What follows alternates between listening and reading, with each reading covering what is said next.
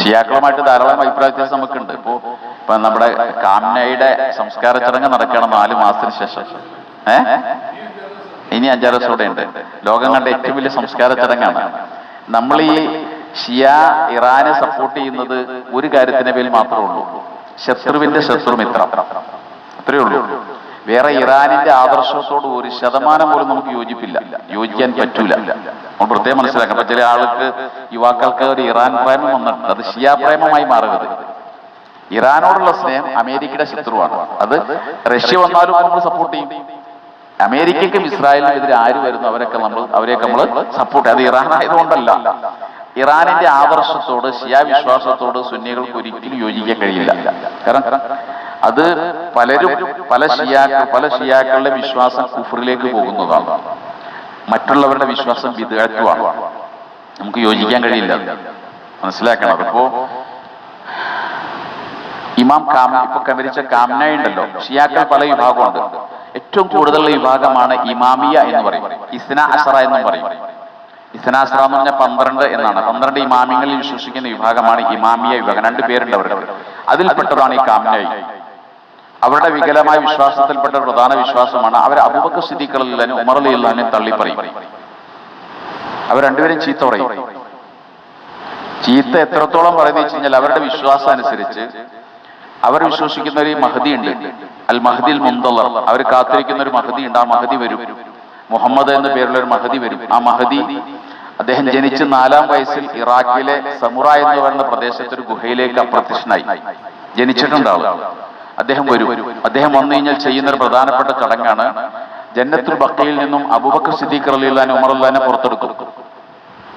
പുറത്തെടുത്തിട്ട് കുരിശിൽ തറയ്ക്കും, എന്നിട്ട് കത്തിക്കും, ശിക്ഷ നടപ്പിലാക്കും. നഊദു ബില്ലാഹ്. ഇത് വിശ്വസിക്കുന്ന ആളുകളാണ് ഷിയാക്കൾ, ഇമാമിയ വിഭാഗം, ഇസ്നാഅസറ വിഭാഗം. അതിൽപ്പെട്ട ആളാണ് കാംനായി. നമുക്ക് അംഗീകരിക്കാൻ പറ്റുമോ? അതാണ് അവരുടെ വിശ്വാസം. ആയിഷ റളിയല്ലാഹു അൻഹയെ പുറത്തെടുക്കും ജന്നത്തുൽ ബഖയിൽ. ആയിഷാബിയെ പുറത്തെടുത്തിട്ട്, ആയിഷാബിയുടെ പേരിൽ ഒരു ആരോപണം വന്നിട്ടുണ്ടല്ലോ നേരത്തെ, ആ ആരോപണം ശരിയാണെന്ന് വിശ്വസിക്കുന്നവരാണ് ഇവര്. ഖുർആൻ തീർത്തും സൂറത്തു നൂറിൽ തീർത്തു പറഞ്ഞു ആയിഷാ ബീവി അതിൽ നിന്ന് വിമുക്തയാണ്. അള്ളാഹു പറഞ്ഞു ആയിഷാ ബീവി അതിൽ നിരപരാധിയാണെന്ന് പടച്ചോൻ പറഞ്ഞു. ഇനി അതിലേക്ക് നിങ്ങൾ മടങ്ങരുത്, നിങ്ങളത് പറയരുതെന്നും ഖുർആൻ പറഞ്ഞൊരു കാര്യമാണ്. ഇവർ വിശ്വസിക്കുന്നത് ആയിഷാ ബീവിയെ തെറ്റ് ചെയ്തിട്ടുണ്ടെന്നാണ്. അതുകൊണ്ട് തന്നെ ആയിഷാ ബീവിയുടെ ശിക്ഷ നടപ്പിലാക്കപ്പെട്ടിട്ടില്ല. ആയിഷാ ബീവിക്ക് ശിക്ഷ നടപ്പിലാക്കപ്പെടാൻ വേണ്ടി വരാനിരിക്കുന്ന മഹദി ആയിഷാ ബീവിയെ ജന്നത്തുൽ ബഖയിൽ ഖബറിൽ നിന്ന് പുറത്തെടുത്തിട്ട് അവർ ചെയ്ത തെറ്റിന് ശിക്ഷ നടപ്പിലാക്കുമെന്നാണ് വിശ്വസിക്കുന്നത്. നഊദു ബില്ലാഹ്. അല്ലാഹു കാത്തിരക്ഷിക്കട്ടെ. ഇത്രയും കടുത്ത വിശ്വാസം ഈ വിഭാഗത്തിനുണ്ട്. അതുകൊണ്ട് ഒരു കാരണവശാലും ഷിയ ആദർശത്തെ നമ്മൾ ഒരിക്കലും സപ്പോർട്ട് ചെയ്യാൻ പാടില്ല. നമ്മൾ ഇറാനോടുള്ള ഈ ബന്ധം ഇത്ര മാത്രമേ ഉള്ളൂ. ഇസ്രായേലിന്റെ ശത്രു, അമേരിക്കയുടെ ശത്രു, അത്രയേ ഉള്ളൂ.